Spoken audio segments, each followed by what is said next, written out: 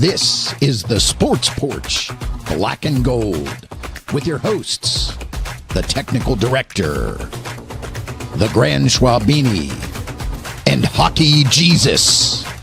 Come on, Pittsburgh. Let's show a little Steelers, Penguins, and Pirates love. The Sports Porch Black and Gold starts now.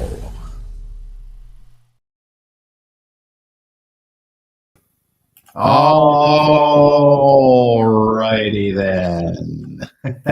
We got everybody. Nobody. Green room. Yep. Okay, there we go. Must be a technical director problem. Yeah, it must be a technical director problem. Welcome to the Sports Porch Black and Gold edition, where you're watching us. And if you're watching us live, you're watching us all over the world on Facebook, YouTube, and X. And of course, in the ticker, subscribe on YouTube. Go over to YouTube right now if you're not watching us there. And you can find us at the Sports Porch Podcast. You can also find us at the Sports Porch Podcast or at the Sports Porch 1 on X, and follow us there, TikTok, Instagram, anywhere you want. And at any time, you can just hop on over to Radio PGH. You can stream us live on our internet radio station. We are on there live on the list right now. So I'm your technical director. Hockey Jesus is to the right. The Grand Schwabini in the studio, right in front of me, boys. Well, actually, I'm above you. You are above me on the screen, but to my right, you know, whatever. I'm not to your right if you're looking at the screen. North is Steve. I can already tell. So I want to put up a picture here. I'm just going to put up this picture right there. Oh, he looks terrible in green. He looked much better in black and gold. I am going to say that the Aaron Rodgers saga continues. The saga. We're going to talk a little bit about that tonight. I love it. We're also going to talk about potential Steelers draft picks. It's gonna be a tough draft for them this year. We're gonna do a little. Because they don't have a second round pick. That's the problem. Yeah, they don't really have a quarterback right now, unless you count Mason Rudolph, which he started last year. So. Right, and we're gonna do a little MLB. Paul Skenes is on the mound on Thursday. We'll make some 2025 MLB picks. We do have a Trader Joe's snack time, and of course, Grand Schwabini's favorite, other than Trader Joe's, what we're watching. Oh, yeah. You got a good one today? I think so. I think so, yeah. I believe so. I think you'll find mine very interesting. Oh, yeah. Okay. Yeah. Stick around for that. Interesting. I fortunately get to see it beforehand. So, hey, Marvin is already in the house. All right, Marvin, let's go. Let's go. What's up, Marvin? So glad you're here. And that's the thing about our show. Our show is an interactive show. We want you to be a part of the show. We want you to comment. It's nice to have Chris Chata in the YouTube now. That is right. Chris Chata is in the YouTube. He's already asking a question we'll get to in a second. But that's the thing about our show. It's interactive. We want your comments. We want you to participate. We don't want you to agree with us, or we want you to agree with us. You can. I mean, it's nice. Right. You don't have to. Yeah. It's not a prerequisite. You don't have to. So let's just dive right in here. I love it. Chris Chata wants to know how much of what Aaron does is just straight up ball breaking. He has to know if he's playing or not. What do you guys think? No, I don't think he does. What do you think? Chris Chata, ball breaking. I mean, no, I don't think he's ball breaking. I think he's a veteran of the game. Right. He can take it or leave it. Right. And he's not going to decide now because he wants to enjoy his off season. Right. If he decides now, he's the product of the team and he has to do what they say. Right. So he just takes, he's taking the summer off essentially. Right. And he's holding the team that wants him hostage. Yeah. So if the Steelers really want him, like they should do what Minnesota did. Minnesota said, F you, we don't want you, go away. Right. And I think he did want to go with them, but they said, forget about it. So that really the Steelers are the last man standing, if you think about it. Well, I think there's a couple things that are going on. I think one, I agree with Steve that he knows that once he commits, he's got to start doing things. So he would rather, take a trip to Hawaii with an actress of some kind. Hang out with what's his face on his I don't know podcast. If he's gone into his reflecting pool in the darkness yet. Hiawatha. So he's got to get that. He's got to get that in. Get all zen. Yeah. But I think that's number one. I think number two is I could be completely wrong here, but I don't think he's going to choose a team until even after the draft, because I also think that he doesn't want to be a part of any kind of circus. So, for example, a good point. If the New York Giants select Shedeur Sanders, he doesn't want to be, having a bunch of New Yorkers like saying, play Dion's kid, and all that kind of Well, the stuff. Giants already signed Winston too, so they're off the table. No, I don't think they're off the table. Really? Yeah, I don't think Rodgers would go where Jameis Winston went. I think he would, because he knows he would start. Yeah, well, that's true. He would, but I don't know if he'd want that distraction. But, and to be honest, same thing with the Steelers. If this, let's say Shedeur Sanders fell to the Steelers, which I don't think is going to happen, but you never know. Or let's say that they become enamored with Jackson Dart, He's a guy that is predicted to go in the teens and the 20s, maybe second round. But, he also doesn't want to be a part of that. He doesn't want to be a part of, I got to babysit this kid and, and the fans are going to be calling for him if I have 2 bad games. Right. So I think he's going to wait till after the draft. And then finally, I also think that he might wait a little bit longer too and just see if a really good team has a quarterback that gets a season-ending injury like in OTAs or the beginning of camp. I don't see him. It's possible. Yeah. I know. I don't know. I think about something like this. What if Brock Purdy, tears an ACL in camp? You think you want to play for the 49ers? Oh yeah, for sure. He's a California boy. Yeah. Absolutely. He absolutely right? would. And the 49ers at that point would probably want him. Right. Or let's say, Stafford breaks his collarbone, Mm-hmm. You could see him saying, yeah, let's play for LA with Sean McVay and that dynamic offense and those 2 receivers. Yep. So I think he really wants to keep his options open. All right. So super duper carpet and duct cleaning, which is I need my duct clean. Obviously, trying to sneak on here to get a little press, little free advertising. I don't mind. Hey, we welcome it. Let's focus on Pirates, guys. Give up on the Steelers. That's where he loses me. Yeah. Well, we are going to talk about the Pirates, super duper. We will. And we won't focus on the Pirates, but we will We'll talk about them in a little bit here. So stick with us. Mike Lawrence. Aaron is his own circus. He's about himself and not his teammates. Too much drama. He was pretty much a dud last year. Chris Chada, what about Russ? Could the Steelers double back and sign him for less, or is his contract too expensive? Marvin says the Pirates aren't winning anything.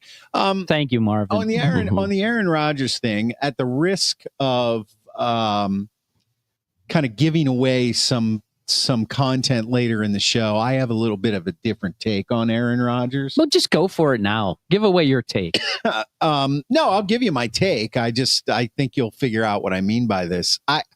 I think that Aaron Rodgers is actually at this point in his career more so now than last year when he came back from an injury. I think he is contemplating retirement. I actually think that he is trying to decide if he wants to come back and play for the Steelers. I think Schwaber is right about starting the season with the Giants, because they're obviously going to draft a quarterback.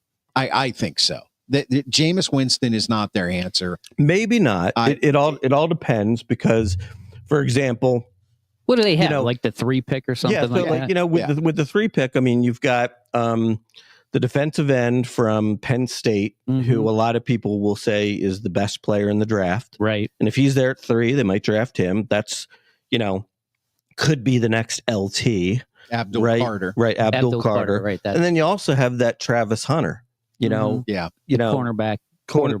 CB1, WR1. Right. That's true. So they could draft either one of those guys and maybe play for. I don't think Malik Neighbors year. would like that as much. Yeah, probably not.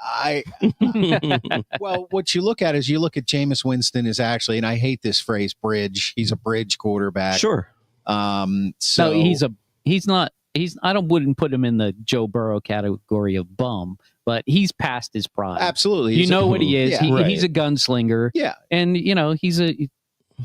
he'll bring you some fun, but he won't bring you wins. Right. And they know that. And they know that. So they're not banking on Rodgers coming there anymore. Although, if you think about it, the Steelers did a similar thing. Of course, they signed Mason Rudolph, knowing they were either before or after they gave Rodgers an offer, but knowing that that's the direction. Well, do you they think were going. Mason Rudolph and Jameis Winston at this point are equate? They're about equal.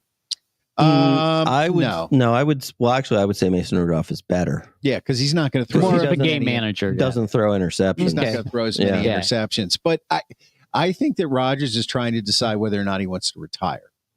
Maybe. I don't think that Aaron Rodgers, if Brock Purdy goes down, I don't think he comes back and plays for the 49ers. I don't. I think he does. I don't. I disagree. I don't think Aaron Rodgers is thinking about retiring, because if he was thinking about retiring, he wouldn't spend 6 hours talking to the Steelers on Saturday. Well, that's true. No, what I'm saying is I'm not saying I believe he's going to retire. I think he's trying to decide if the Steelers are going to be the fit for him in basically what's going to end up being most likely his last year in the league. And his last hurrah. No, he's had his last hurrah. The question is will he get paid another 25 or 35 million? Not in his mind. Yeah. Yeah. Not, I don't think he's had his last hurrah. No NFL player who retires thinks they're done. Yeah. I'm talking about from his standpoint. I'm putting myself in Aaron Rodgers' shoes. I don't. What's it like being Aaron Rodgers? Yeah. How's the air over there? I got to tell you, man. I would trade places. Who's in your cell phone in your contact? Yeah, just about everybody I want. So this is an interesting thing I heard on sports radio of all places today. There was an article by Mike Florio who said Steelers fans should be grateful. Now, I did not read the article. I heard that too. I think he's being just dumb. He obviously is an Aaron Rodgers extension. Yeah. Yeah. Well, no, I think you're right about that. In the past, he hasn't been very friendly, but with Aaron Rodgers. So he's hoping to get the book rights for after the career. Maybe. I just think that I think you're right. I think it's probably going to come down to the draft. It could be before that, but really, it's kind of like, if you're the Steelers, how long are you really going to wait?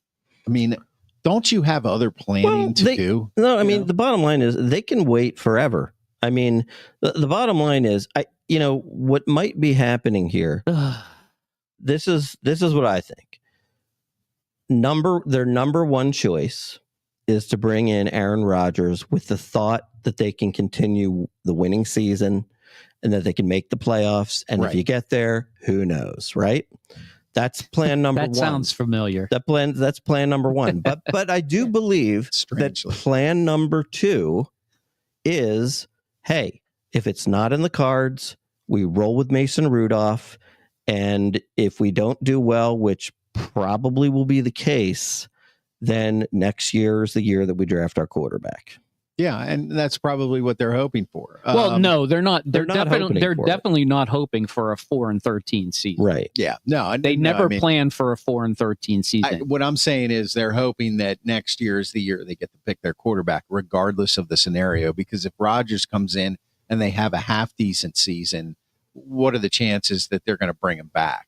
I mean, I don't know. Well, no, but there's a huge difference between, a pick at like 10 to 12 and a pick in the 20s. You're right. And there's a big difference between picking in the top 5. Yeah. Now, Amy May using wants to Klein know, language. Yeah. Are the Steelers now the place where quarterbacks go to die? Not yet. I mean, I don't think we've had a quarterback yet since Ben. Yeah, that's true. Right. Yeah. Well, it's a place where quarterbacks go to experiment. Actually, Amy, if you think about it, I'm glad you brought this up. It's not where they go to die. It's where they go to bounce to a Super Bowl winning team. Because Kenny Pickett came here, did not succeed, went to the Eagles, kneeled down, took home a Lombardi trophy. Yeah, but Trubisky didn't go to the Super Bowl. No, but I mean, it's not. That's true, but it's not. Nor did Rudolph. Let's just say they're not the Jets yet. They're not Cleveland But yet. They got a long way to go.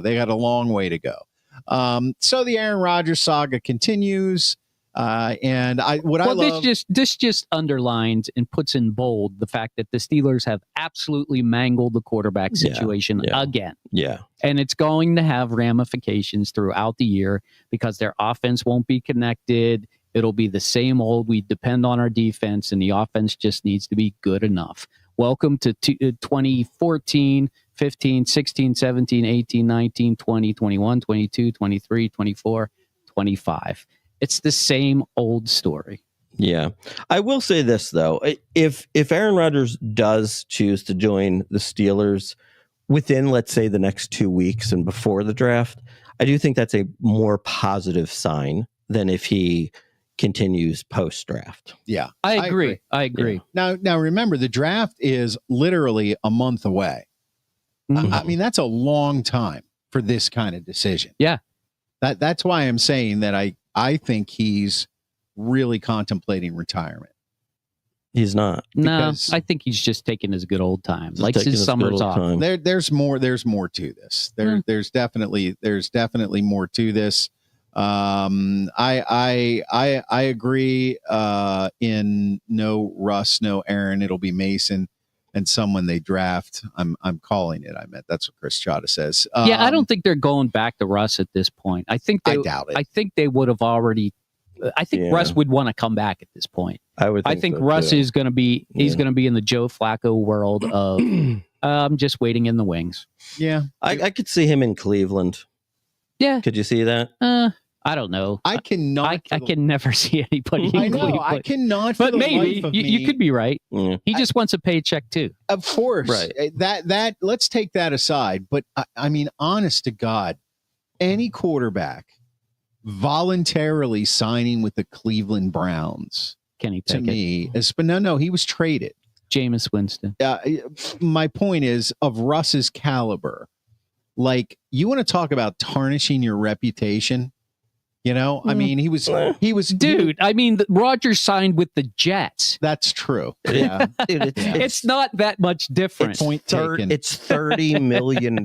Yeah. So did Brett Favre. It's Right. $30 I mean, million. come on. Come on. These guys all just right. want to extend their career. It's you $30 guys. million. And let's also not forget that these guys have egos.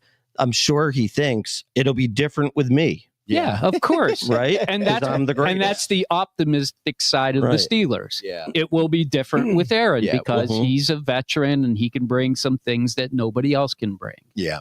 Yeah. And it's just the story. All right. Well, we'll keep you And the posted. story continues. We'll keep you posted. Mike Lawrence, Mike's in the house. Hey, Mike, he'll wait until after the draft and then not show up for training prior to camp and then hold out on training camp. Just go away.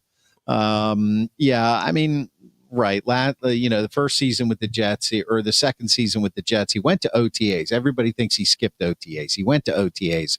But then when training camp came, he decided to go to Egypt.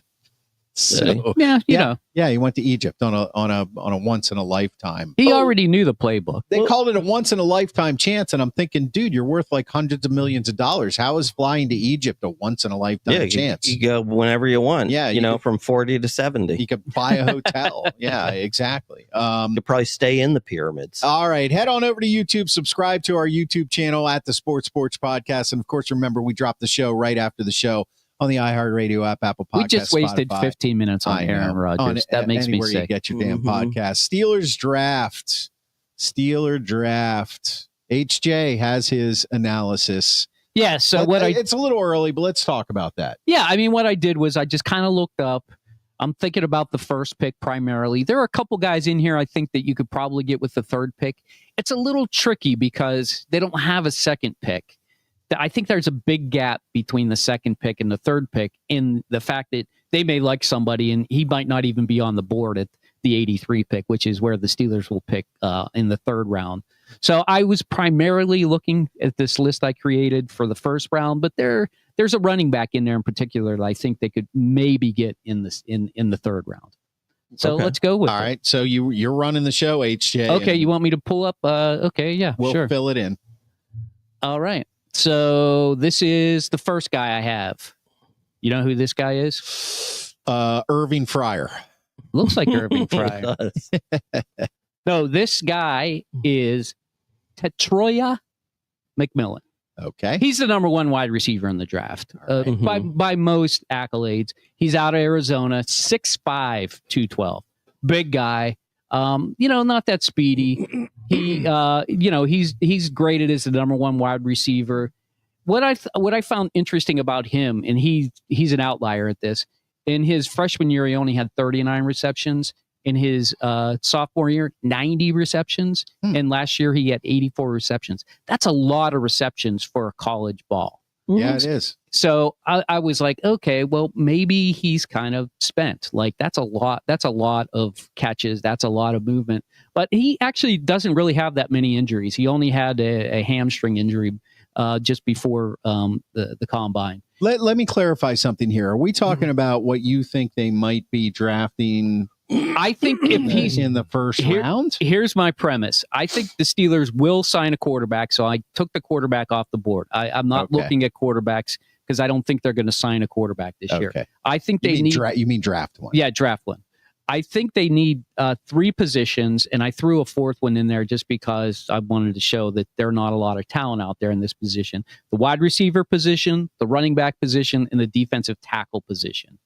These are the 3 positions that I looked at. And other wide receivers, I think Tetroya McMillan is the number 1 guy. Now, he goes anywhere from the 4th pick to like the 23rd pick. So he may fall to the Steelers, but maybe not. What's are you looking up? Does he have his 40 time? No, I don't have that. Okay. Yeah. I wasn't so concerned about speed because I don't honestly, I know that's important, but I think for the Steelers, you want to compare either a big wide receiver or somebody who might be speedier. And this next guy fits the speedy category. The run across the middle. Golden. Yep. Matthew Golden out of Texas. I think he's a better fit. I would say Tetroya McMillan would be better if they didn't get DK. Right. But they got DK. They got the big back. They got the big wide receiver. I think he fits in the slot much better, and he's really good after the catch. He catches a lot of touchdowns, so he knows how to get open in the end zone. I think that'll be important for whoever the quarterback is. I like him a lot. I'm just not sure he's going to be there when they pick. I don't know. I mean, I think he'll be there. I do, I think they're going to have to choose between him and a defensive tackle. Pat Off Track has a question for you. I can't see it. You're going to have to read it to me. Why is Steve wearing a life vest? Are the Three Rivers rising? It's not a life vest, Pat. Dork here thinks he's drowning. Figure it out, Pat. Yeah, all right. There it is. Okay. Pat Off Track. So, yeah. So, I don't know. I think I like Golden better as a fit for the Steelers. But, I mean, the question is do they keep Pickens then, if they go for the wide receiver? So, but I think they got options at the wide receiver. The next position I looked at was the running back position, okay? Everybody's going to know this first guy. Ashton Genty. Yeah, that's Genty. He's the number 1 running back. He's probably not going to be there. Probably not. But I think if he's there, he's a guy they got to look at. Speedy, 5'9", 211. He actually, you know how many? He had 374 rush attempts last year. Wow, that's a lot. Yeah, it is. And once again, he's actually had quite a few injuries. He's had calf sprains and sprained elbows and knee strains. So I don't know. I think I would stay away from him if I was picking up higher. But if the Steelers get him down low, he's such a great talent. I don't think you can pass him up. Yeah, you couldn't pass if he's there. Yeah. And I'd say the chances are less than 10%. I agree. But I think he's a really good talent. I like him. I mean, who doesn't like him? He's the number 1 running back in the draft of a draft that has a lot of running backs. And that's why, well, not this guy. So this guy I think is definitely somebody who they may be able to get, but I don't think he'll be there. You know who that guy is? Earl Campbell. He runs like Earl Campbell, actually. Amarion? Yeah, that's Amarion. I've seen Amarion Hampton. Yes. I've seen a lot of mocks say Steelers are taking him in round 1. That's because he's the big bruiser back. He's the guy who'll run you over. He's not afraid of contact. He's a 6'2", 221. He hasn't had as many touches. He's had 88, 253, and 281. But he has the last 2 years. That's still a lot of touches for a running back.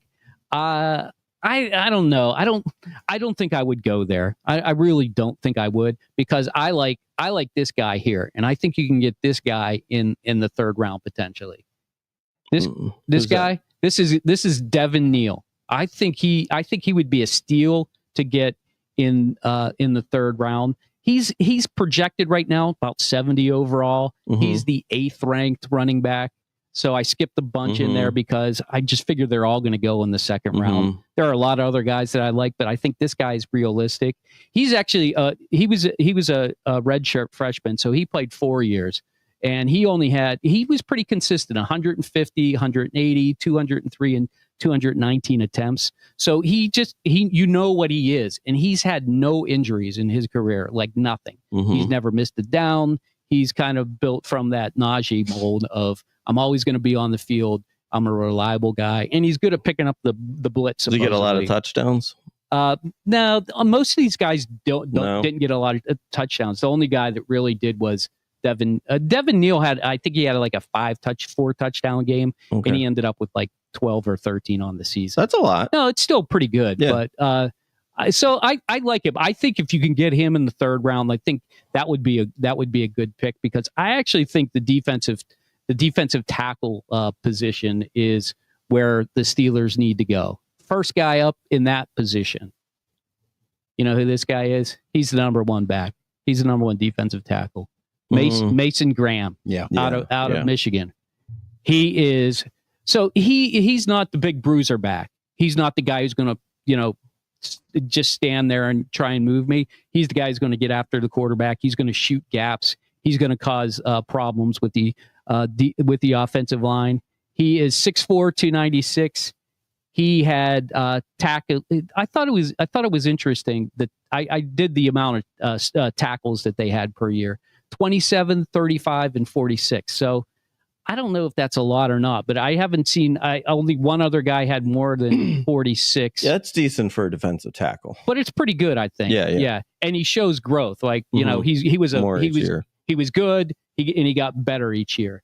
This guy, I think, is actually. I don't think Mason Graham's going to be there. He's projected as the number 1 ranked overall, top 5 pick. I don't think he's going to be there, but I think this guy could be here. And you talked about him on your earlier show.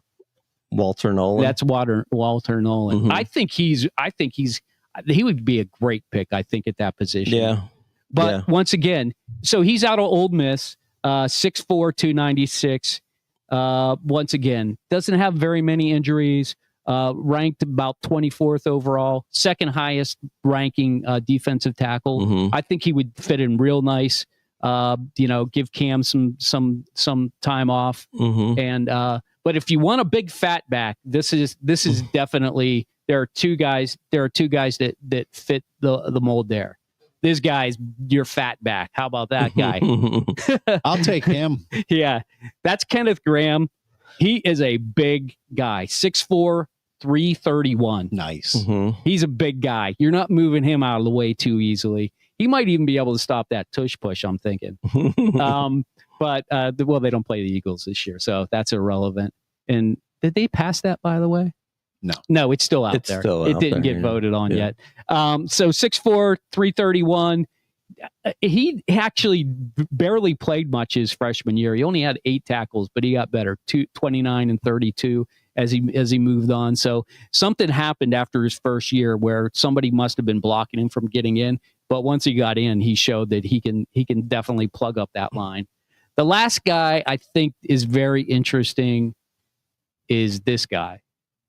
His name is Derek Harmon. He's out of Oregon. He's also a big guy. He's 6'5", 313. They just projected him on this program that's in our background for the Steelers. Yeah. So I think they would like him. Once again, he's a little bit older. He's a year older. He played 4 years. He played at Oregon, top-notch school, and he likes to bat down balls with that that height. He's pretty good at getting in the quarterback's face. So I think any of those guys would be a good pick in the first round, and I'd rather see them go there than go in that in the running back position. I am fascinated though by McMillan and Golden. I think if those guys are there. They got to make a decision between one of those two guys, and I think that will depend on what they do with Pickens. Because if they're going to keep Pickens, they're probably not going to draft a number one wide receiver. They may even think about signing Pickens, which seems stupid. They could also, though, they could draft Golden or McMillan and kind of play out the season and potentially trade Pickens at the trade deadline. Yeah, or get like a second round pick for him, probably. Yeah, I mean, they could even trade him now. And get a second round pick. Yeah, I mean, that's possible too. There's thoughts about him being traded on draft day. I don't see that as happening. But then again, the Steelers this year, they don't have as many picks. They're kind of limited. And actually, if somebody would give them a 2, it almost makes too much sense because they don't have a 2. Yeah. Right, exactly. They could use it because there's some good talent there. Yeah. The only other position I looked at was the cornerback position. I think this guy, he's the only guy Will we're Johnson. looking at. Yeah, he's a stud. He's the only guy. You know what? The thing that I thought was interesting. Will Johnson's out of Michigan, by the way, 6'2", 194. He actually is. They say he's the third ranked cornerback, so they must have had that Travis. Yeah, that other guy is ranked as a cornerback. I thought he's number 2. Yeah, I thought so too. So I don't know who the third guy would be, but 11th overall picks. He's not going to fall to the Steelers, and probably not. And the other thing is interesting. He actually had a turf toe in 2024, and he missed like 3 or 4 games. And the turf toe is not an injury that like heals itself really easily. So, but they still say he's super fast. I think those are the guys that the Steelers are probably looking at. Some of these guys show up in some of these mock drafts, like you said, Mark. But I think Devin Neal is the guy to look at in the 3rd round. That's the guy I think I like the most out of everybody that I looked at. All right. So Chris Chada chimes in here. Do you think last year's quarterback experiment making bold moves scared the Steelers this year? They're doing the opposite this year and going super, super safe. Marvin Hamilton says we definitely need to draft to replace Cam. So they haven't gone defensive line in the past 6 years. It makes the most. It makes the most sense. DeMarvin Leal? Leal was like a 3rd round pick. Yeah, right. 3rd. Oh, you mean the top pick? Yeah, like a top pick, like somebody who's number 1 since Cam probably. Yeah. See, I look at this and I said it last week. I'm going to sing this song. We're all kind of influenced by the flashy pick, the shiny new toy. Mm-hmm. And I'm not a fan of that this year. I think defensive line, I think one of those bigger guys will be great. And here we are. We have a delivery. Wonderful. Thank you. Yeah, Leal was 2022. He was a 3rd round pick. And shall we? This is actually hot. We need to let it cool down. So let's continue with our. You know what? They actually took Keanu Benton in the 2nd round. They had two 2nd round picks. 2 years ago. I thought he was in with the higher rounds, but I'm telling you, defensive tackle is absolutely where they need to go. Yeah, they think so. Need a disruptor in the middle. They need somebody, but not only to eventually replace Cam, but also somebody to take the heat off of TJ. He's getting up there, helping Highsmith. Yeah, and we were talking on our Philly show earlier. The line is where it starts, and they need to retool that defensive line. They've got their offensive line now, and I know a lot of people are saying there's question marks, and of course there are, because they bungled the whole Broderick Jones thing. Of course, we have the Broderick Jones signed jersey right behind you there. Good choice. And yeah, right. And it was the only one I could afford at that auction.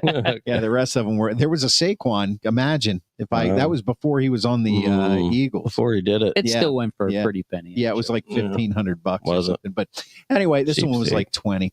Anyway, so 20. yeah, we were talking on the Eagles show before, on the Philly show is like the line is where it starts. Yeah. And I think they need to get back to brass tacks, so to speak. You've got to get that defensive line settled. Offensive line, there's question marks, but it's young now. Mm-hmm. You've got a pretty good young center, and now you're putting Jones at his natural position. You've got Fautano. I said his name wrong last week. Fautano coming back. So this is the year you put that young offensive line together and you let them gel. Now you got to work on the defensive line. I mean, it's just I think it's a no-brainer. I don't know if anybody else out there thinks that, but you got to go defensive tackle. That's me. By the way, does anybody know who Penny is? Nope. That Karen is wishing a happy birthday to? Nope, but we would like to wish Penny a happy birthday. Penny. Happy birthday, Penny. Happy birthday, Penny. Happy birthday. Wherever you are in the world. It does happen to be the Grand Schwabini's birthday. It's my birthday. Hey, you share a birthday with Penny. How does that feel? I don't know. I was wondering, was she giving me a nickname? Is she calling me Penny? Yeah.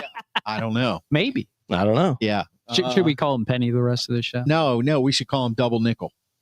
Double nickel. Double nickel. Yeah, that's what Rube was calling him. Double nickel. Yeah. How's it feel, Double Nickel? I'd rather eat. Yeah, me too. It's still pretty hot. Yeah. Just give me a moment here.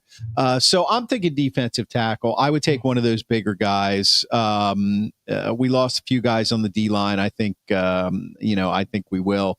I agree. I think we will as well. Quarterback. I'm praying to God quarterback is off the table. That's why I didn't even go there, because really the only guy that might be there is Jackson Dart, and everybody knows about him. And I just don't see them going there. He's got a great name, but that's, it is a great name for a quarterback, for sure. Yeah. So it beats Jihadi. As far as Jihad. As far as running back goes, I mean, we all have such a bitter taste in our mouth from Najee Harris. It's kind of like if you're going to draft a running back, which I think they should do, you need to address that in the third round. Well, yeah, and I don't think they're going to go in the first round. Some people think they are still, but I think by getting Gainwell and having Jaylen Warren around still, do you really want to go the running back position for a third guy? They don't have to. I don't see it. It would just have to be Genty if he's there because he's special. So they have a first, a third, a fourth, a fifth, a sixth, and a seventh. That's right. Mm-hmm. So I think they're going to go. You're only holding up 6 fingers, though. But that's first, third, fourth, fifth, sixth, seventh. They have 6 draft picks. Well, 6 draft picks, right? But that's a 6. Yeah. Okay. Well, look, stop picking apart my fingers. I know how to use my fingers, Robert. Okay. Anyways, move on. That's disturbing. There's a rabbit hole. There's a rabbit hole you never get out of. Got to bring the rabbit hole up. Got to bring the rabbit hole up. All right. So I think they should go defensive line, cornerback, wide receiver, running back. That's what I think. Well, it all depends on who's there. You also sort of want to go best available too. Yeah, I get it. Yeah, that's why you can't really go past even go in the third rounds. Iffy. That's true. And that also doesn't take into account any trades if that happens. Well, if you look at their picks, and I did back to 2018, the only names that I kind of knew were Mark Robinson, that Trice that they got in 2023, and Spencer Anderson. Those were the guys who were drafted after the 4th round. Those were the only names that I recognized. Mm-hmm. All the other names were like, who the hell's that? Mm-hmm. Then they might not have even made the team. Right. So, I mean, if you're drafting a running back there, you might as well go with somebody undrafted at that point. Right. Just put them on the practice squad and see how they do. It doesn't make sense. All right. Well, I know you guys.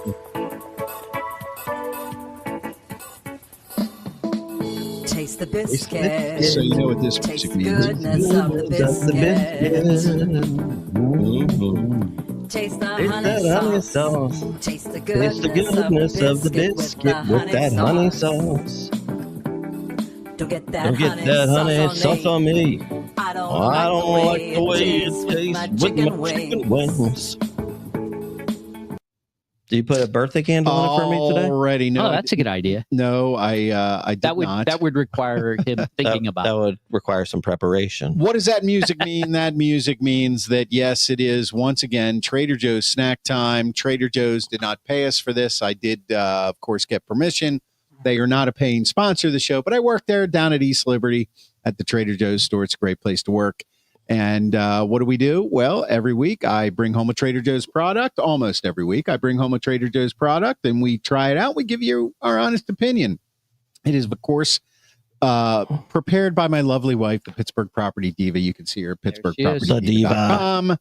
Thank you, Property Diva. Not just good in the kitchen. Today we have, that is true. Today we have pulled chicken salsa verde. What? Interesting choice. Yeah. Well, it's a meal. It's one of those like grab and go meals, Mhm. and I have never had it. And I've been bringing home a lot of frozen stuff and snack foods.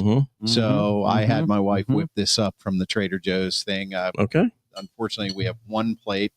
So Mhm. I'm going It's to. really like unsanitary the way you serve food here at this house. I mean, it's ridiculous. There you go. I know. Well, I mean, listen, man, beggars can't be choosers. She agreed to cook it.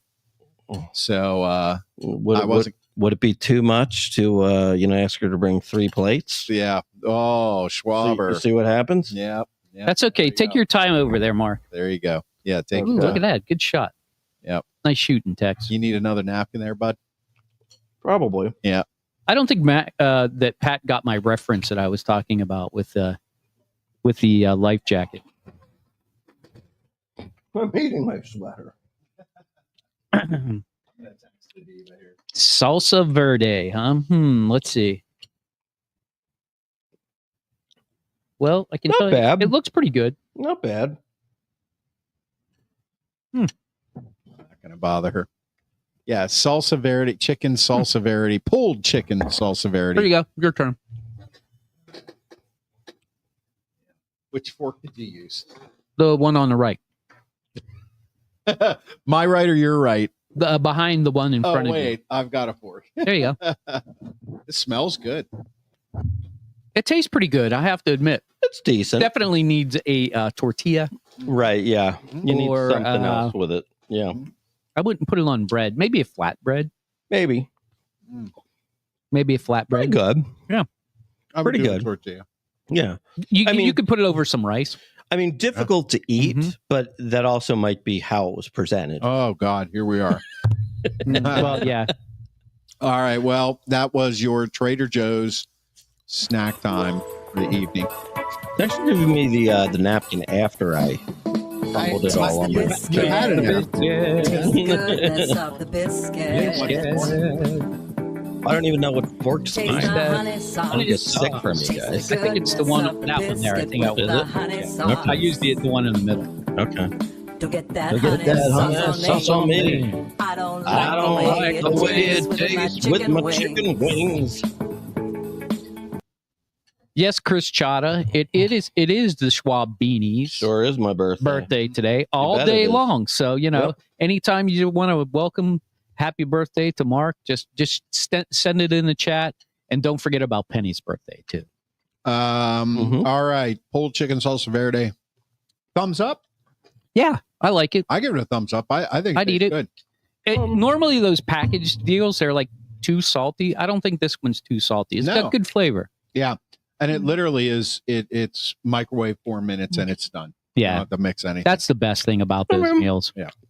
Pull it out of the freezer. It in the is microwave. pretty good. I guess I'll give it a thumbs up. Yeah. I mean, I'm not running out to the store to get it. right. No. But no, you'll just send Amy down to get it. Right. But like the way I sort of look at this one is like, it's a Tuesday night. Amy's out with the girls. Yep. I'm looking for something. I don't want to like start putting things together, like to make a pasta. I want to make a sauce. I don't want to make the noodles. And I'm looking in there and I'm digging. You can put this over. And I'm digging and I go like 3 deep into the freezer and I'm like, salsa verde. Salsa verde. Let's Chicken. put it in. All right. Thank you for that. I'll keep that in mind. Hey, there's always going to be that option. There And it is. This is You that got to have a option. few of those in the freezer. Yeah, this It's is true. that option. Okay. Smash that subscribe button on the Sports Podcast. And remember, I drop the show after the show, anywhere you get your podcasts. One last question on football. One last one. Marvin Hamilton says, how many games do you think we could win with Mason? Isn't that like question of the hour? Well, I actually did look at the Steelers' schedule. You don't know when they're playing, but they're playing the teams, and who's home and who's away. Mm-hmm. Assuming that they split divisional games, right? Mm-hmm. Then they could do a little bit better. They usually don't do worse, though.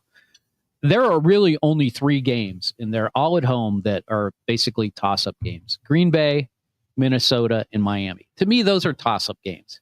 And if those games if they go 2-1 in those games, I got the Steelers going to 10-7. So I think even with Mason, I think that the schedule is favorable. Like there are some teams they're never going to beat. Like they play Buffalo. They're not beating Buffalo. They're playing in Detroit. My guess is that's going to be on Thanksgiving. I think that's a loss. So there are some definitely some things in there. Like New England, do you think New England's going to be better? Or the Jets are going to be better? I don't think so.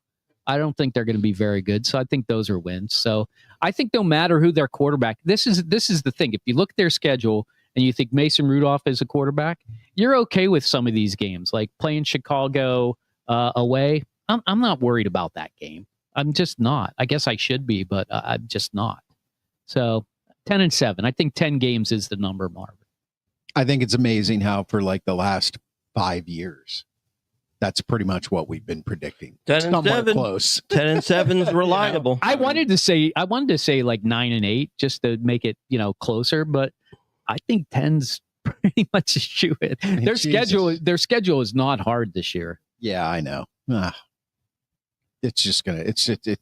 This whole saga with the QB is just pat off track. Buffalo, Pittsburgh, probably a London game. No, they're not. They're playing. They're playing in Ireland, Mr. Donovan. Yeah. You should know that. Yeah. He should know that. He should be going to that. Yeah, you should be going to the Jameson factory and hitting the Stiller game out. Do we know is it against Buffalo? No, we don't know. We don't know who it's against. We know it's the opening game. Opening game, though. Yeah. Who do you think it's going to be? I think it's going to be Green Bay. Really? Yeah, I think they want Green Bay. You think they'd make them do it 2 years in a row? Yeah. Well, let's say that if it's got to be a home game. Steelers are the home game. So let's say it's if Aaron Rodgers signs with them, then I bet it's definitely Green Bay. Well, they're not going to know. That's not something. That was kind of it's got to be either Indianapolis, Seattle. I don't think it'll be either of those. It could be Buffalo. But I don't think so. Maybe Buffalo, Pittsburgh, and Ireland. But I don't think so. Yeah. But that would make sense, actually. That one could make sense. And then the other one is Green Bay, Minnesota, and Miami. And I don't think they're going to have Minnesota, Miami in Ireland. I think it's going to be Buffalo. Definitely not Miami. I think it's going to be Buffalo. Could be Buffalo. Okay, the Bucco season starts on Thursday. Skenes is on the mound. Oh, wait. What are you talking about? The Pirates. Is this baseball? Yes. Baseball starts this week. Holy moly. Thanks for waking me up. Yep. I heard people talking about this thing called baseball in Pittsburgh. This is the amazing thing that I can't for the life of me, rectify this in my head. For the Pirates for any team to suck, and I mean suck, they should not win more than 65 games. I mean, really suck. Okay. Yeah. Like we know you win 66 games, you didn't have a good year, right? Yeah.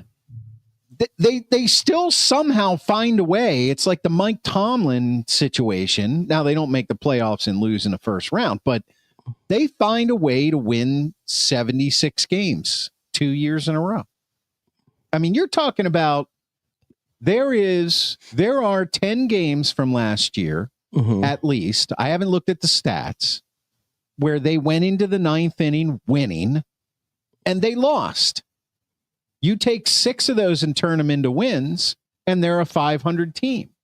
Baseball's a game of inches.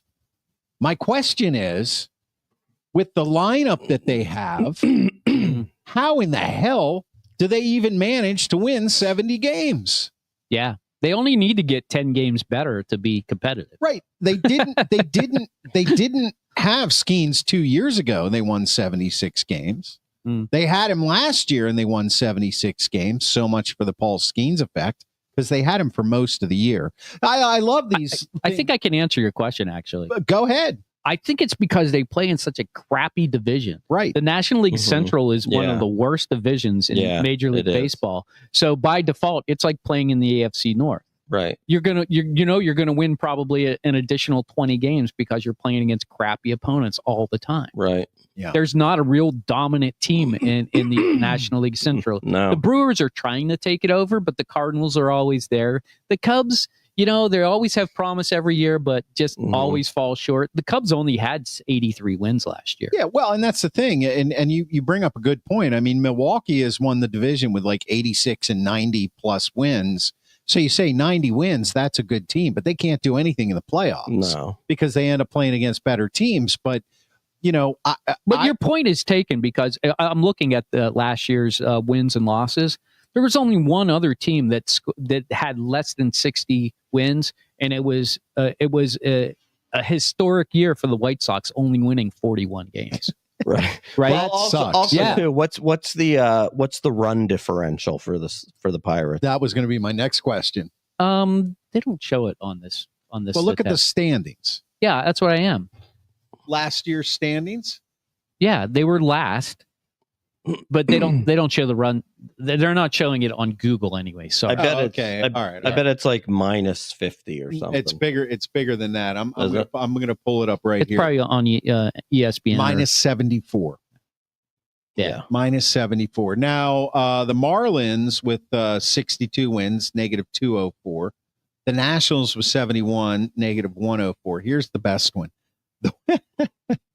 The White Sox with 41 wins. Their run differential was negative 306. Yeah, it was a historic, but those years don't happen very often. Right. Yeah. But if you suck, you win 60 games. Yeah. If you don't suck too bad, you win 70 games. Right. If you're competitive, you win 80 games. If you're a World Series contender, you win 90 games. So Chris Chioda has a question. I mean, that's the way it works. Right. I'm going to bring his question up here first, but I want to tell everybody that's watching us now, one of the things that I look at in Major League Baseball to try to get through all of the chatter about, with players, pitching staffs, the hitters, the lineup, all of the statistics. I have always looked at run differential as being a very, very good indicator. Why? Because you can take all the analytics you want and use them or not. You can take all the traditional ways of playing baseball and use it or not. You can combine them all. It doesn't matter. Run differential almost always predicts who the winners and the losers are going to be. And you can see that about 15 to 20 games in the season. If a team is scoring a lot more, not a little more, a lot more runs than they're giving up, then they're headed for good things. And so that's why I focus on that. And I think we look at that more. It's a way of simplifying it. Now, Chris Chioda says the Pirates option Bubba Chandler to the minors. Do you think he'll be called up at some point? All I've heard is how great he is or will be. The answer is maybe. Because, he probably will now that Jared Jones is probably out for the year. Well, they're going with this Harrington out kid. For the year? Yeah. Is he out for the year? Well, what happened was they're not saying what his injury is. Right. Okay. Only that he's getting a second look. When you get a second look with an arm injury, you're done. It's like a Tommy John. Yeah, you're done. But they just haven't announced it yet. Mm-hmm. And really, how long does it take to get a second look? Oh, he's already had it. They've already had that second look. Yeah. Here's the other thing. Everybody who is on the Pirates bandwagon, and I use that term lightly, they all tout how incredible our pitching staff is and all of the great pitching we have in the minor leagues. That's great. Where's the rest of the minor leagues? Who are the players? Who do we have? We only have pitching. That's everybody knows it. Mm-hmm. That's it. And I don't think they're going to. I think they're really going to wait till next year to bring him up because they only going to have Skenes for 2 more years.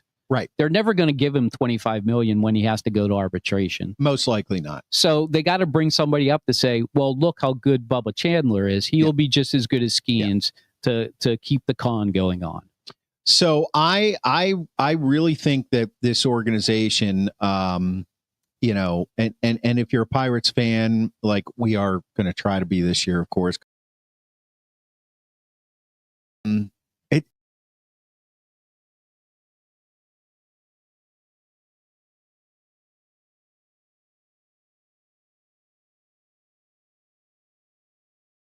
I took you off. And, sorry. And nobody heard me there. So anyway. That's okay. Nobody was listening. anyway, so it's one of those things where their entire organization from top to bottom is built for mediocrity.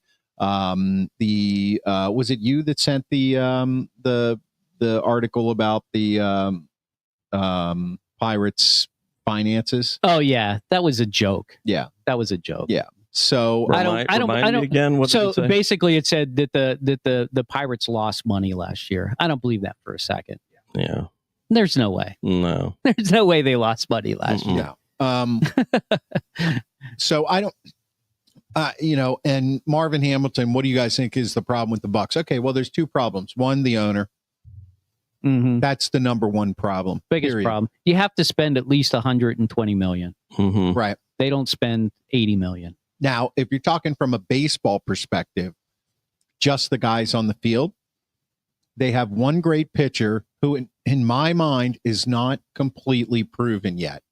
If Skenes puts together, barring injury, if he puts together a year this year, like what he looked like last year, yes, definitely. Cy Young candidate, great. He's definitely got the stuff. Let's see if he can hold on to it in year two. I think he's got the heart for it. He talked about having to change the narrative here. He wants to win, and he's got the arm. So hopefully he performs. After that, honestly, did you really think Jared Jones was going to come back this year and pitch the way he did at the beginning of last year? Well, he's such a small body, and he throws such a hard pitch. It's not surprising he has arm problems. Right, and Mitch Keller, as we've been saying for years, he's okay. Is a solid number 3. He's kind of like Bailey Falter. He pitches half the year well, the other half the year pretty bad. He is better than Bailey Falter. Well, I mean, as far as trends go, tendencies go. Falter's actually much worse than they shouldn't have got rid of Ortiz. Yeah. They should have kept that guy. Right. That was senseless. And they didn't even get anybody for it. That was a senseless trade. It's like, let's send him to Cleveland, who needs a pitcher, and immediately goes in his rotation as number 2 or 3. And as far as hitting goes, and in the field, they have no idea. They have no idea what they're doing. Or let me take that back.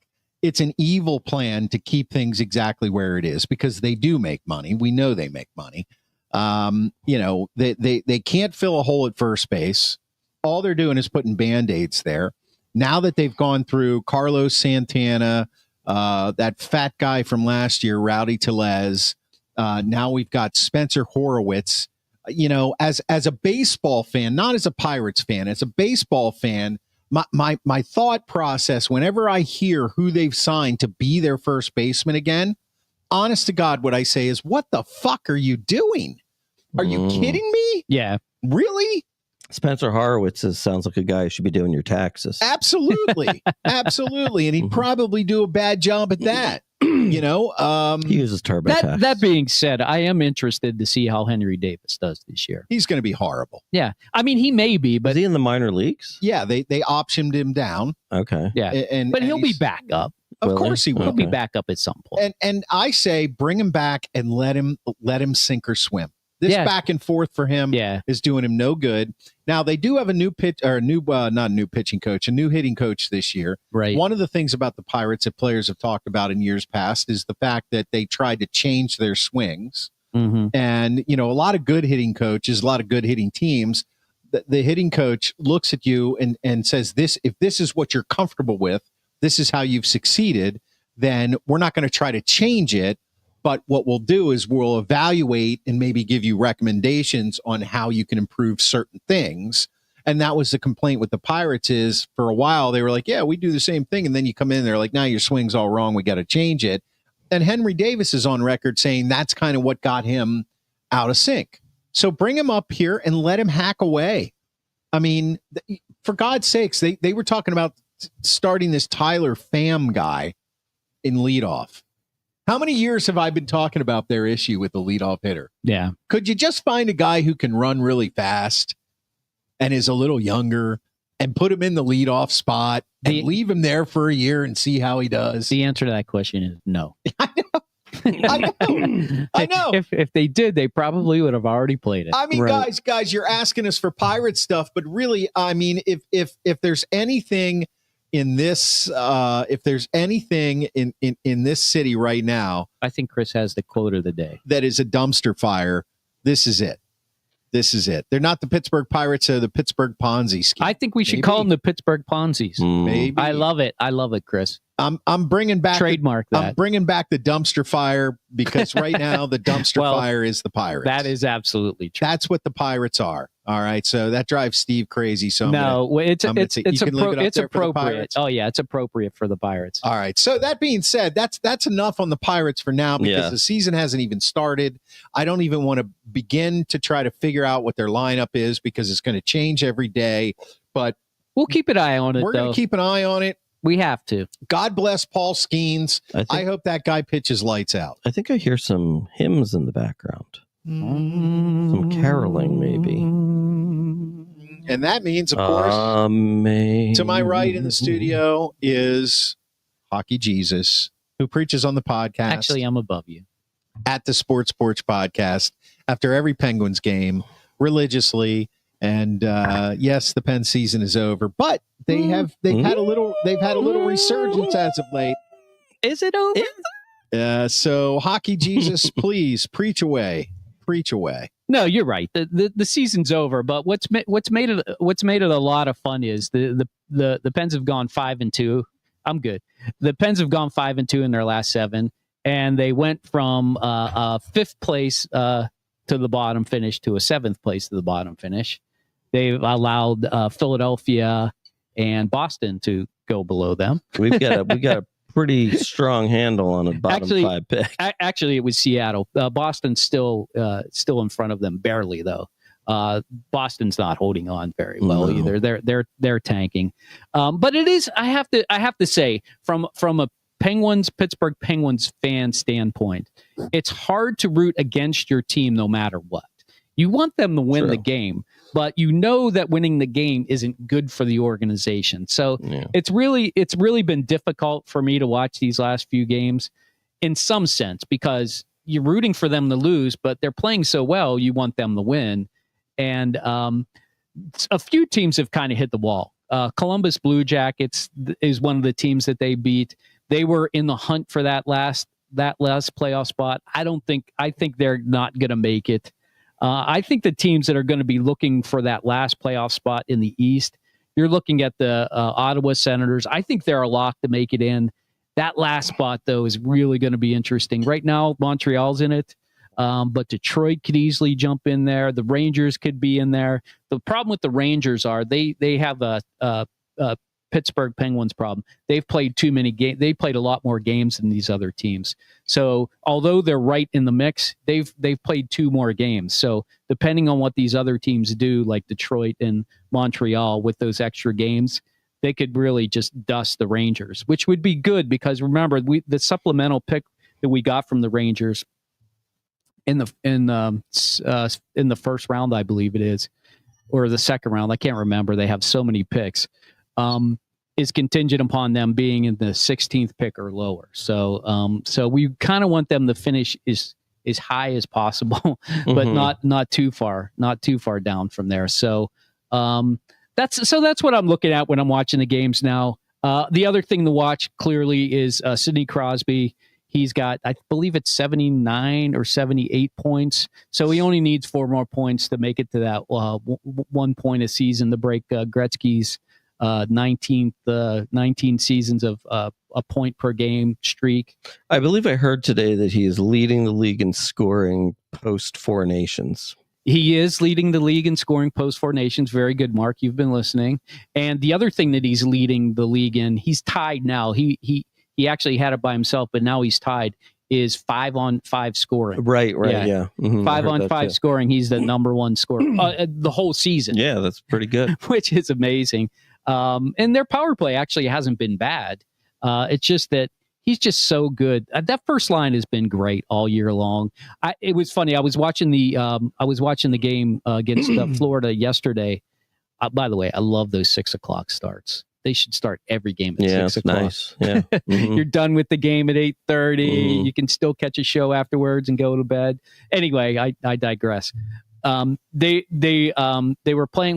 What point was I trying to make? Oh, they were playing Florida, and Sidney got his points. But Brian Rust gave away a terrible goal to a Florida guy. Basically, he just gave it to him. He turned around and shot it in the net. And I was texting with the counselor, and I said, I think Brian Rust sucks. I think he's done. And then he went on to score 2 really sweet goals. Right. He had a great game the rest of the game. And I said, well, I guess all I had to do was say Brian Rust is done. He heard you. Mm-hmm. A question is Jari playing himself into being on the team next year? Well, I think Jari was always going to be on the team next year. I don't think anybody wants to take his contract, even though it is going to be it's going to be more affordable next year because the cap's going to go way up, and he's only making like $6.5 million or something like that. So somebody could take his salary on, but I think he's untradeable at this point. So he has to play. The problem is you don't know anything. He's not playing for anything right now. Right. He's not playing for a contract. He's not playing to win. There's no pressure on him. So he's just going out there and playing. What I'm hoping he's going to take from this is that mindset. I need to play like this even when the pressure's on. Yeah. Mm-hmm. And he hasn't proven that he can. I don't think he will. But the Penguins do have to make a decision next year. They got to bring up one of the younger goalies. I don't care who it is. It could be that Murashov. It could be Bloomquist again. They also have he's a AHLer, but he's like 26 years old. One of those guys who've kind of played in the league for a while, but never made it up to the big leagues. I forget Larson or Larson. Something? Yeah, that's his name. And so they could bring him up, but they got to bring one of those guys up next year. They got to have a young guy playing with Jari. So when Jari falls apart, this guy can step in and, play 2 or 3 games. Jari gave up a pretty weak, third goal yesterday. The third goal was ridiculous. The 5-hole was bad. Well, what happened was he pushed off the post, and when he came over, I don't know how he got his leg to open up like that, but the 5-hole was like 6 feet wide, and it just went right between his legs and in. Right. Yeah. Yeah. But the Florida Panthers are a really good team. They are. The other team that you really want to look at if you're watching hockey down the stretch, I think the Washington Capitals are for real. Yeah. And it's not just because Ovi only needs 6 more goals to tie 7 to win, to beat the record, which it's looking good. Last game of the season. I'm glad I bought that ticket. Yeah. But I just think they play really well. Their goalie play has been incredible all year, and they don't lose a lot of games in a row. They haven't all season. That's a sign of a really solid team, and they got young talent. This young talent hasn't done anything in the playoffs yet. I think they're geared to make a run this year. I really do. They might. I really do. So those are the teams I'm looking at. The other team, the best team in the league, nobody's talking about, is Winnipeg. They've been incredible all year long too. But that West is going to be brutal to get through. You got Dallas. You got Edmonton still playing well. Nobody's talking about them, but they're still playing really well. In Colorado, they got Brock Nelson. They picked up some guys. Nichushkin is back. I think they're undefeated with him back. Are they? Yeah, something like that. They're like 8-0-2 or something like that. So technically, they have 2 losses. Rantanen went to Dallas, right? Rantanen went to Dallas and signed a long contract, and he went from Carolina, and Carolina has only lost like 1 game since they got rid of Rantanen. Yeah. So it just makes sense. Like that's why I say when the Penguins can finally get rid of Malkin, who's been playing well lately, in fairness, when they can get rid of him on the second line, it's going to open up a position that somebody's going to have a chance to really step in and be a 40 goal scorer on that second line. That's what I'm looking forward to, but we won't see that for another year. So are we going to see Hockey Jesus playoff updates? Oh yeah, during the rounds. Oh yeah, no doubt. Like we did last year. I will watch most every hockey. Yeah, the playoffs game. Are fun in hockey. Yeah, and there are going to be some fans. There's going to be some great first round matchups. It could be Colorado playing Dallas in the first round. Yeah, that's ridiculous. That could be a conference final. It could be. I mean, even though they're on the same side, it could be a Stanley Cup final. You know what I mean? Yeah, they're both that good.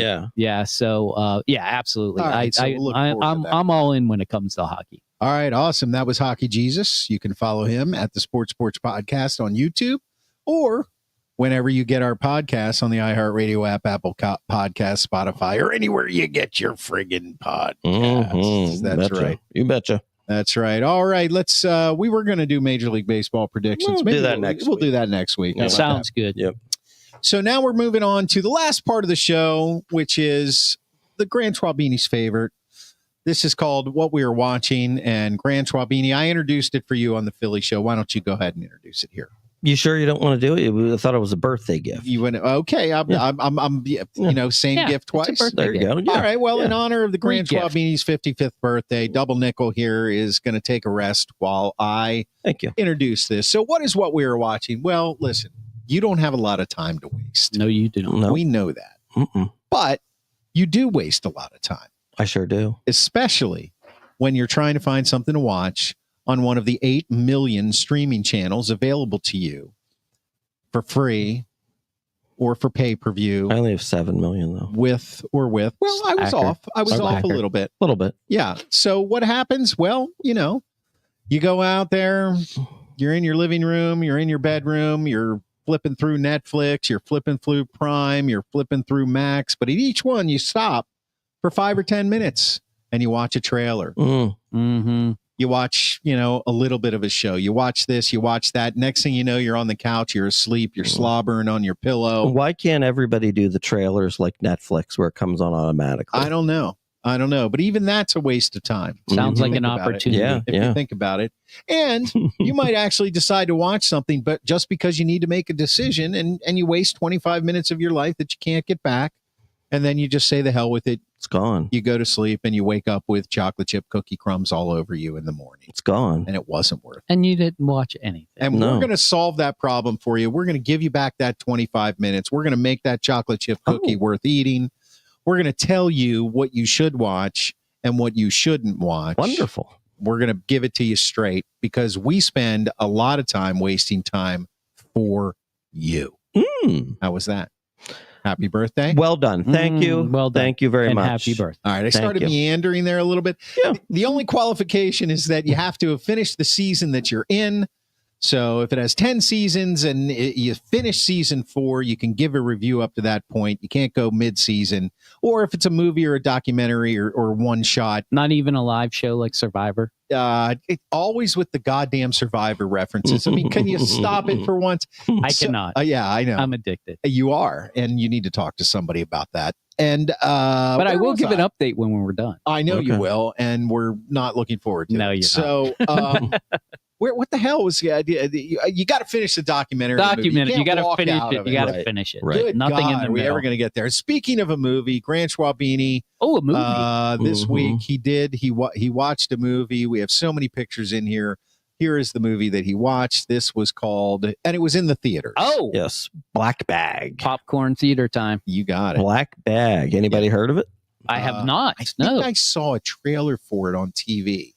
Well, I went to see it because it got really good reviews. It got 96% Rotten Tomatoes. That's pretty damn good. And it had some pretty big stars in it. There's Fassbender. Fassbender's in it. Pierce Brosnan's in it. Oh, and Oh, Kate, Pierce Brosnan. and Kate Blanchett's in it. Oh, okay. And Heavy hitters. yeah, and it's an English. It's in England. Mm-hmm. And it's I guess it's their version of the CIA. What MI6? Is that what it MI6. is? Yep, that's right. Right. And British so, intelligence. And so basically, Michael Fassbender's called in by his boss, and he says, "We've got a traitor in the group. Oh. And one of them could be your wife, Ooh. Kate Blanchett. Kate Blanchett." Yeah. So basically, has everybody over to dinner at his house, and from there, it's like he's over the next week. He's trying to figure out who the rat is. I thought that's interesting. right. I Yeah, thought I maybe like this was going down Yeah. the like a serious dinner for schmucks. No. Remember that So- movie? Yeah, no. So you never saw Dinner for Schmucks? No, I never have. Oh, dude. Did you like Dinner for Schmucks? I think so. It was a while ago. Though. Okay, we'll talk about it later. ago. All right. But I'll say here's what I would say.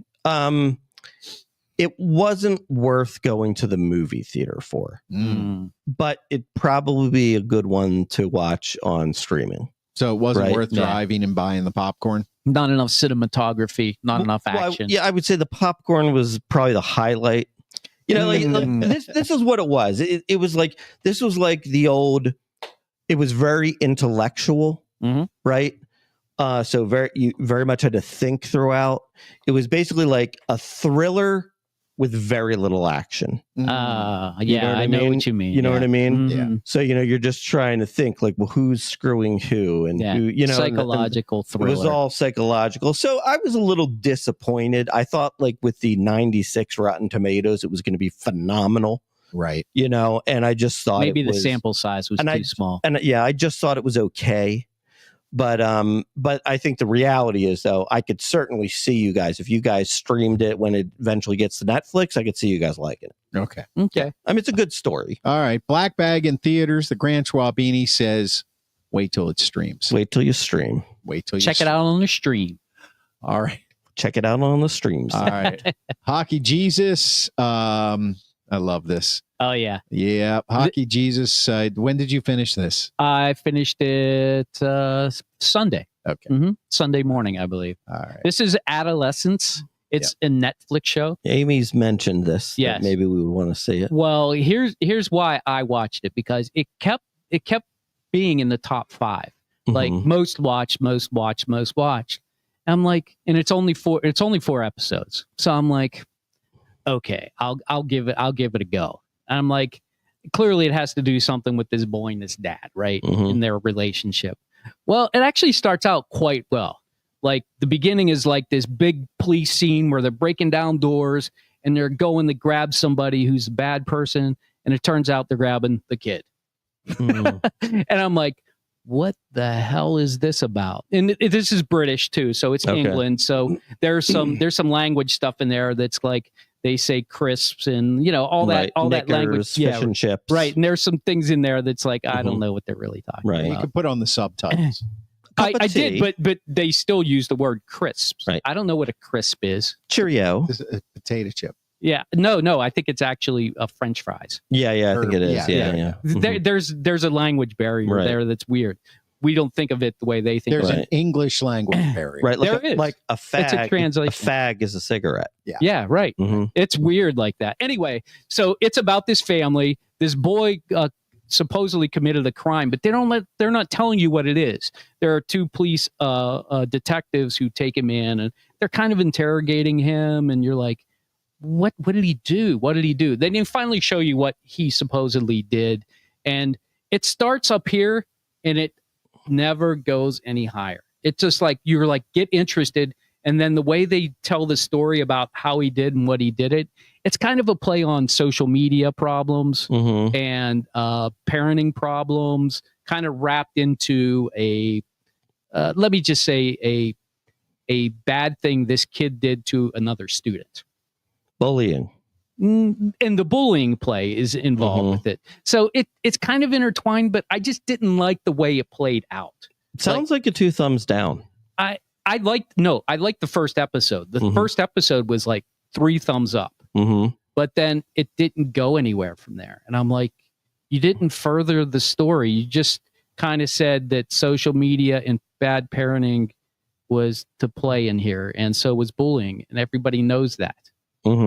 They didn't further the story for me. And I think it was a waste of time, personally. 3 thumbs up, 3 thumbs down. 3 thumbs up, 4 thumbs down. 4 thums down. Yeah. So that's bad. That's bad. Yeah. It just didn't go anywhere for me. The storyline just didn't do anything. Now, if you're into like social media and you're into, you know, bullying and what can go bad, then you might want to watch. Now, that's a great review because that saves me from having to try Adolescence with my wife, Amy. Amy, did you hear the review? 4 thumbs down. Let's skip Adolescence. Yeah, I would skip it. Okay, so I kept my mouth closed. I bit my tongue. Okay. Congratulations. I see a little blood coming out.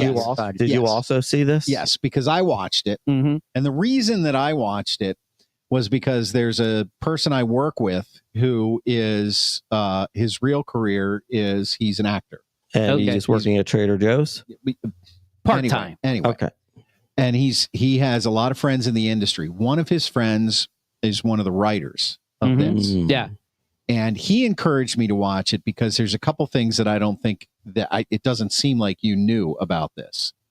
First of all, it's based on a true story. Now, the kid in this was white. Mm-hmm. The actual kid it's based on was black. So it's the next best thing to a documentary is what you're saying. Well, no. It's just based on a true story. But here's the groundbreaking thing that you probably realize, maybe without even realizing it, once I say it. Yeah. Every episode, it was about an hour long. Yeah, 54 minutes. It was one take. There are no cuts. I believe that. That's exactly how it was done. Because there was a lot of walking down corridors. The camera, the way they filmed it, this was groundbreaking. It's never been done before in a series. The way they filmed it. I feel like Larry David. Congratulations. Okay. One take and it sucked. No. That does make sense, though. That I didn't pick up on that, but it does make sense. Is they would roll, and the camera literally pans around the people, and then somebody walks by, and then it moves on to them, and then somebody walks by. Right. And so what happened during filming is they literally, like if you've ever been an extra in a movie or watch a movie be filmed, 15 seconds in a movie can take a whole day to film, literally. This is, they did, one of the episodes, they did 2 takes. So it took 2 hours to film. They just did 2 takes. Yeah. And they used one of the takes. Gotcha. Unreal. And the 15. Well, that's why it felt like it didn't go anywhere. Yeah, that's actually why it was bad. No, not at all. The the other thing is the child actor who was 15. Yeah, he was good. He was very good. He's 13 in the show, but he's only 15. He's 15 in real life.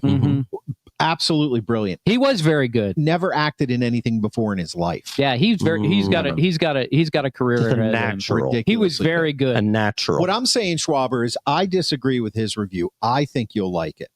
I think you'll like it. You haven't given me one reason to like it other than that there's some brilliant thing where they did one take and it still seems bad to me. I think what was like good about it? It's besides, more compelling. You think it's compelling? Yes. Yeah. They basically, all I'm going to give you is this. They start the show with his arrest. And which is very good. And the way they started. And he's accused of murdering a young classmate. Okay. And they go on from there to kind of watching the process. They go on from day 1 to like day 3 to a couple months into a couple months later. I'm telling you, Amy would like it. You could watch Defending Jacob for that. Good Lord. I did watch Defending Jacob. Okay. I'm just giving you my review. I thought it was tremendous. I had tears. Tremendous. I had tears. With tears. Yeah. Steve doesn't think it went anywhere. How could you have tears? What were you crying about? Yeah. Nothing happened. I think he has daddy problems. Oh my God. Is that what it is? It's daddy issues. Definitely. It's definitely daddy problems. It always goes back to that. Was it thinking about yourself and what you could have done differently with your children? That kind of a thing. Yeah, I think you're on to something, Mark. I'm gonna cry now. None of my children messed up. None of my children are murderers yet. Yet. All right. I watched Enigma. Oh, I saw Aaron Rodgers. Yes. Oh my God. I felt this explains a lot. I felt like I had to do the this is research project. Yep. Okay. Yeah. Okay. Fair enough. After all of our discussions about Aaron Rodgers and the dumpster fire and all that stuff last week, I said, if I'm really going to think about talking about this quarterback situation in Pittsburgh, I want to have a different angle. Because all I hear, it wasn't that I want to have a different angle. I want to get into the mind of this guy. I feel like I owe it to the Steelers, to Aaron Rodgers, to myself, to our fans, to at least watch this and form an opinion. Because all you hear is, maybe he'll go into the darkness again and just make a decision. Everybody laughs at it. They did you watch it? No, I didn't watch it. I didn't watch it, but that's why I'm interested in your review. There's actually nothing wrong with going into the darkness. It just means he's weird. I mean, I've lived in the darkness most of my life. It just means he's weird. That's all. Yeah, I mean, I'm sure it would probably be very peaceful, but I'm not going into the dark. Tell us one thing that Aaron Rodgers did that was surprisingly positive. That was, I think everything he did was surprisingly positive. All right. Yeah. So he's a wonderful person. No. What Aaron Rodgers was trying to explain in this, this, like, I think it was 3 episodes. And I don't know this for sure, but I have a feeling it's going to be continued. Did he get into why his whole family hates him? Yeah, absolutely. He did. And they don't hate him. They don't hate him. Well, from his point of view, he just hates them. No, he doesn't hate them either. Did they interview his family? Mm-mm. So so it's from his point of view. So they don't hate him. no, I'm going to give you a little tidbit here. He said what happened was he grew up in a very fundamental Christian household in Northern California. Okay, so that's pretty rare. Right. Make all the assumptions you want about the term fundamental Christian, but I think you get where I'm coming from here. He wasn't supposed to be that good at football. He ended up being great in high school, but he wasn't big enough to go into D1, so he went to a D2 school. He shined there. Then they brought him to Cal, and he ended up dropping in the draft. We all know this story. And this whole time, he was having a struggle between, like, the fundamental Christian values that he was raised with and the fact that he went to Cal Berkeley, which is a very liberal school. And then all of a sudden, he drops in the draft, and we all know the story with Brett Favre. And next thing you know, he's winning a Super Bowl. And this whole time, he's struggling with the values he was taught and what the world is presenting him. And the instant he was like, when I was in the NFL and I became a quarterback for a couple of years, I was famous, but I wasn't like famous until I hit the Super Bowl and I won it. And then I got all the endorsements and the commercials. And he said, I made a lot of questionable decisions about people I was dating and all of this stuff. Did he thank Rashard Mendenhall for the Super Bowl? No, he did not. Okay. And what happened is he literally was like, I could not figure out who I was. Who was I? Aaron Rodgers, a football player, or like Aaron Rodgers, just this normal guy who achieved his dreams? He's like, and so after the Super Bowl, it was kind of like, this is what I always wanted to do, was win a Super Bowl. Now what? Like, now what? And so his family literally said to him, and he said, I'm paraphrasing, but it was almost just like this. It was a phone call where it was either his father or somebody said, like, your life has become too big. It's too big for us.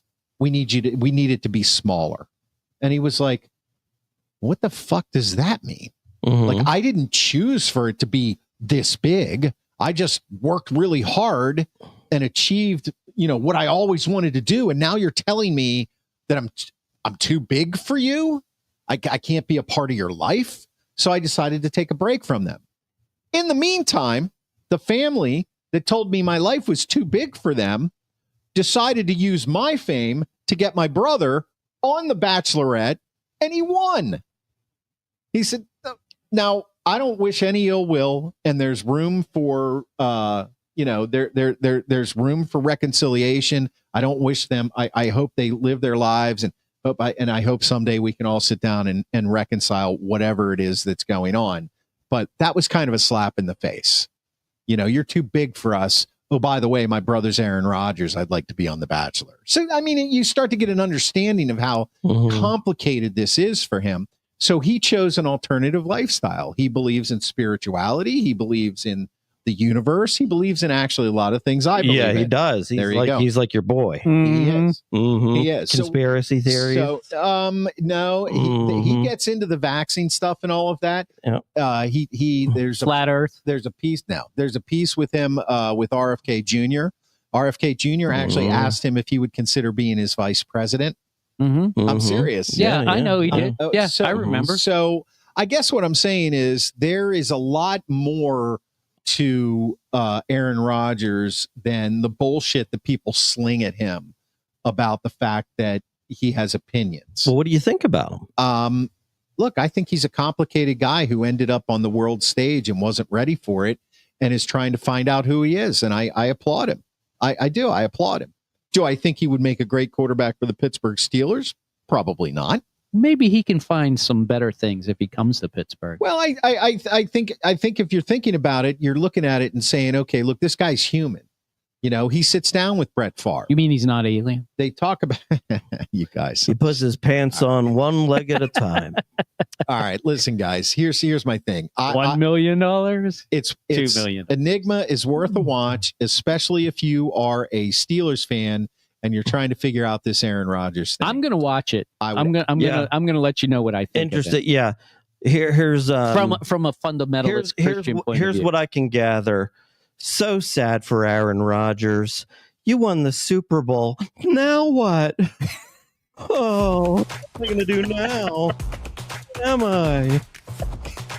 All right. That being said, this has been the We're Sports just poking Porch. fun, A-Rod. I know. We love you, Aaron. This has been Come the- to Pittsburgh. The Sports And come Porch- on our show. The Sports Porch Black and Gold edition. I want to You hear can your watch us all over the world on Facebook, YouTube, and X. Thank you very much. I'm going to drop the podcast after the show on the iHeartRadio app, Apple Podcast, Spotify, or anywhere you get your friggin' podcasts. And of course, you can always catch us on YouTube at the Sports Porch Podcast. Hey, listen, if you're watching on X, we got a lot of X viewers right now. Thank you for being here. Hit that follow button. Also, hop over to the Sports Porch Podcast on YouTube. Give us a follow. We're trying to grow that every day. For the Grand Schwab Beanie for Hockey Jesus, I'm your technical director. I am out. I am Aaron Rodgers. Who am I? You're very spiritual. Jablonsk.